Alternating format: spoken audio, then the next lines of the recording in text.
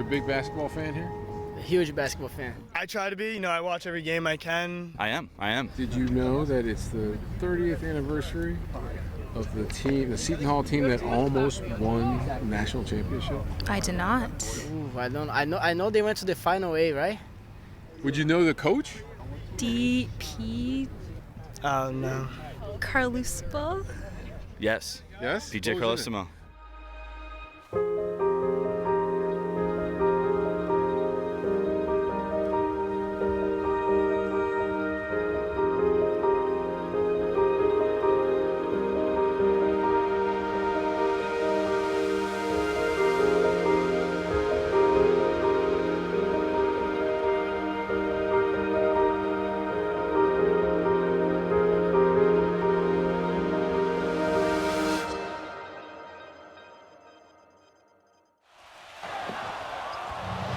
Gaze outside for three.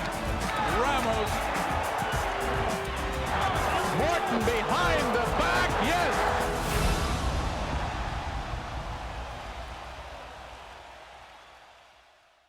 In our early years in the Big East, when we got to Seton Hall, we weren't very successful at all. And the reason was we weren't as successful recruiting as we needed to be to compete in the Big East Conference. So international was a place where we thought we could go and get some players. Ramón Ramos, who was a senior, and Andrew, we felt international was the way we had to go to be competitive. The success that Seton Hall had opened some doors for other international players and opened some eyes in the States that we better start recruiting overseas also.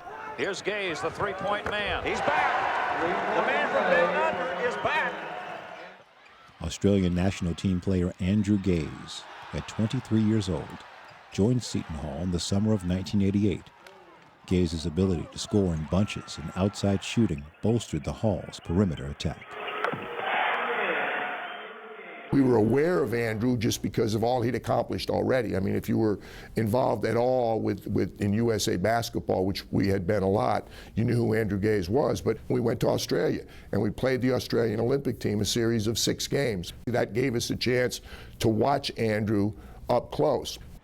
My club team, the Melbourne Tigers, did a tour of the Big East. My dad was really good friends with Dave Gavitt, who was the commissioner of the Big East, and also with PJ Carlosimo's father, and they asked him to bring his team out, of which I played, to play a series of exhibition games against all the Big East schools. And so we knew that he scored a lot of points in Australia, and we knew that he shot the heck out the ball. To say he lit it up is, understating it. I think he had 40 points in 4 of the games. Played against Seton Hall. Straight after the game, they had a little function for us, and the assistant coach of the team was John Carroll, and he and PJ asked if I would be interested in attending and playing for Seton Hall and studying at the university. The NCAA was fine with it. Billy Packer was the only one that wasn't fine with it. Billy Packer had a bias against international players from the beginning, and Billy was a respected sportscaster, one of the best, did the Final Four every year. But for whatever reason, he felt very strongly that any scholarship you gave to an international player was taking one away from a United States player, an American. Ramos over Foster. Ramón with 8. Ramos on the floor, up the glass, and yes. It was an experienced team that included 6'8" senior center Ramón Ramos. Ramos already was a legend in his native Puerto Rico. In South Orange, New Jersey, that legend only grew.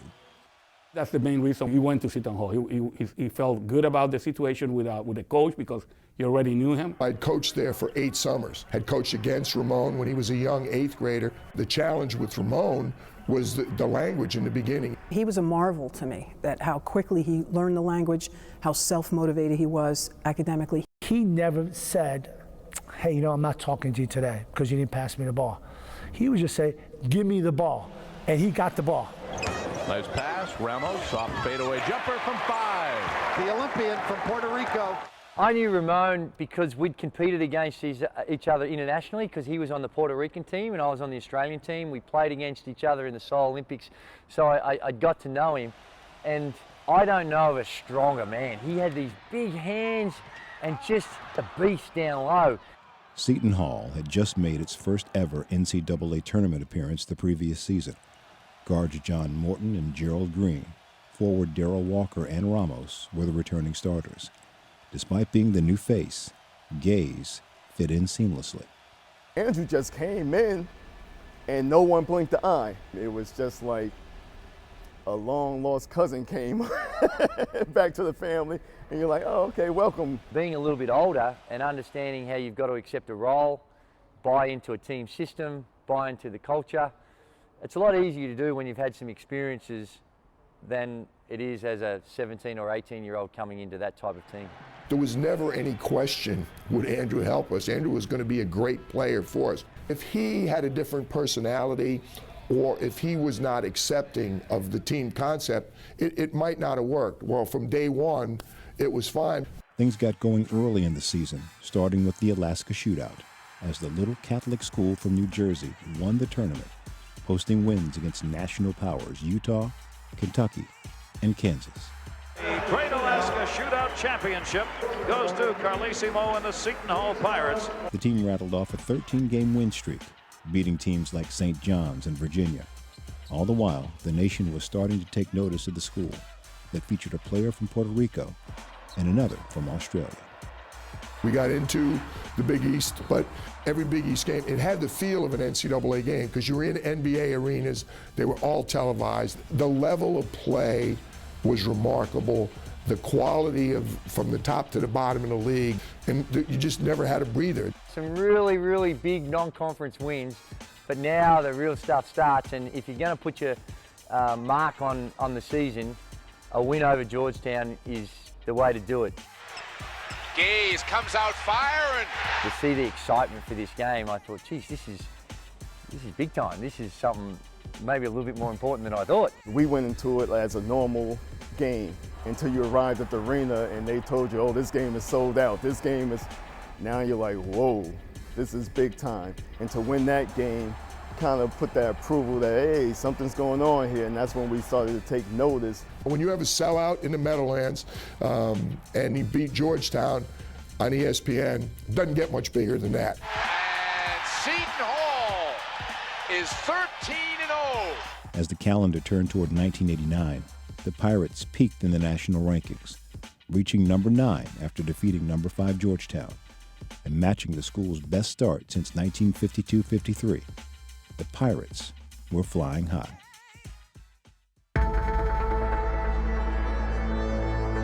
Carlesimo has got to be struggling on the sideline now. He sees his team down 30, a team that's undefeated this season. We were always doing the initial punching. So when Syracuse punched us, you know, we really didn't know what a counter punch was. That was definitely a thorn in our side, Syracuse. We lost them, 3 times that year? We never won in the Carrier Dome. So we were like, oh, for the Dome. So losing to Syracuse in the Dome, unfortunately, was not a new experience for us. We flew back the next day, and PJ made us go and practice that next day because it was an opportunity to get on Madison Square Garden to get a workout in. Without any question, that team was very good at putting a loss behind it. You had to be in the Big East Conference. If you dwelled on a loss in our conference, it would just beat you up. Indeed, the Pirates did not dwell on the loss. They couldn't. Atapuki. All 5 for him. Dishes to Gaze. That's experience on the international level. For the next 2 months, they were battling deep in the rugged Big East. By March, the Pirates had run out to a 25-5 record. An NCAA tourney berth was all but assured.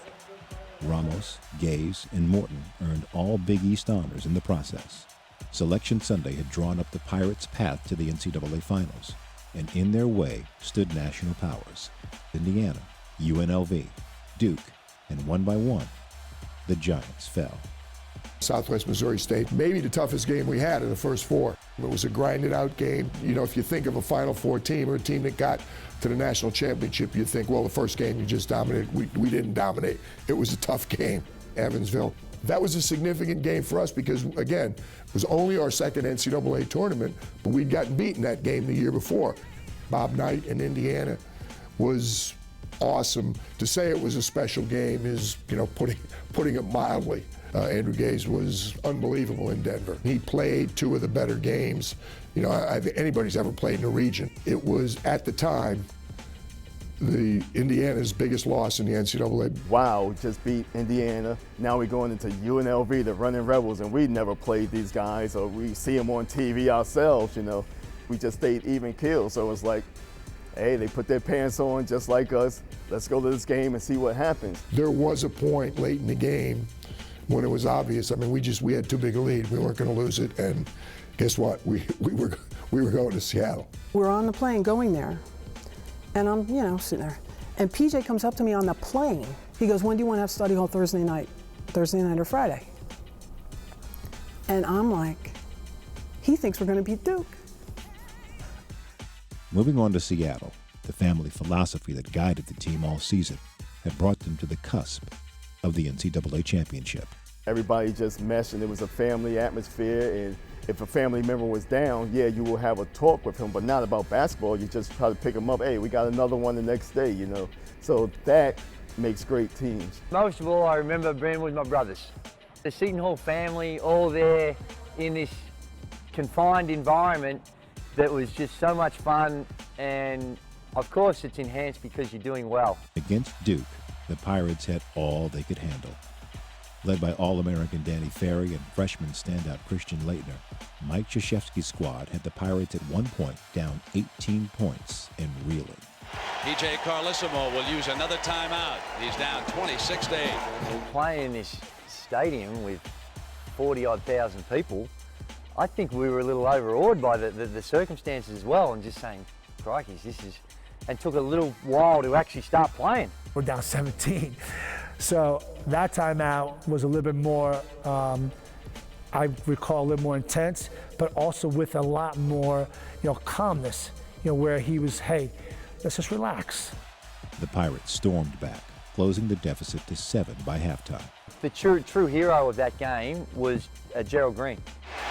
And now Seton Hall starting to loosen up. He, as our point guard, when we were down, made some huge plays, instilled confidence in everyone.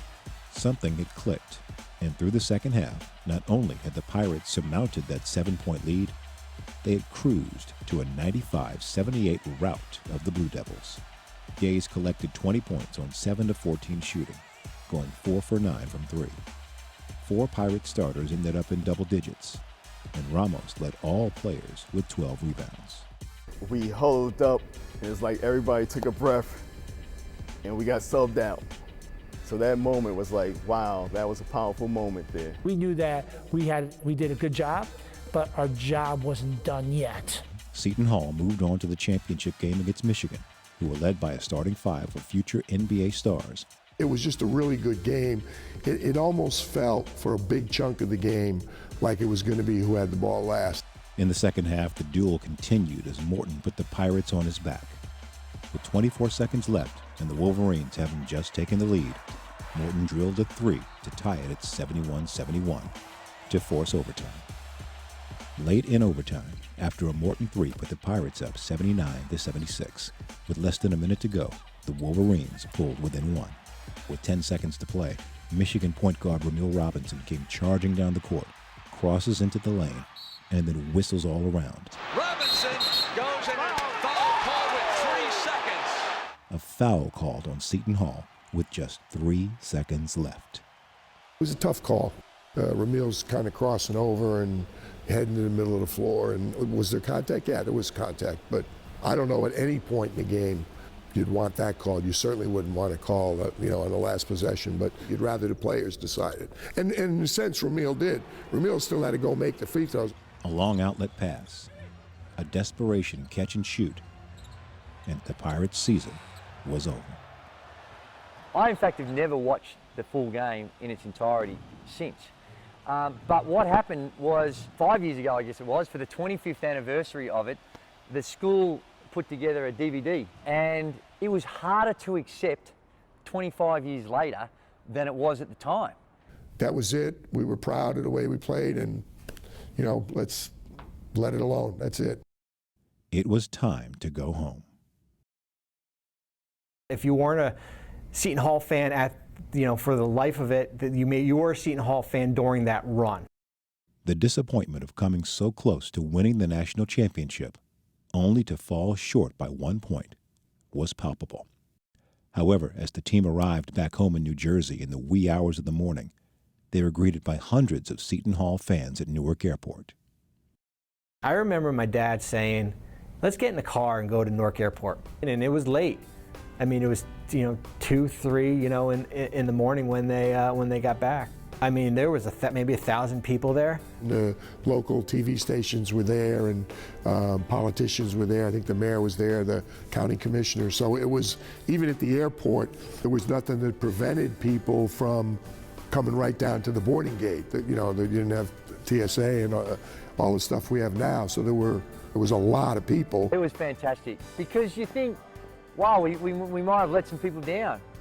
Controversial win, lose in what many people at the time were regarding as one of the greatest final games in the history of the NCAA tournament. Are people going to think that you failed? When you understand the impact that sport and this type of competition can have on others, and the way in which they acknowledge your efforts and wrap their arms around you and say, well done, we're proud of you, was heartwarming stuff, and it's something I'll never forget.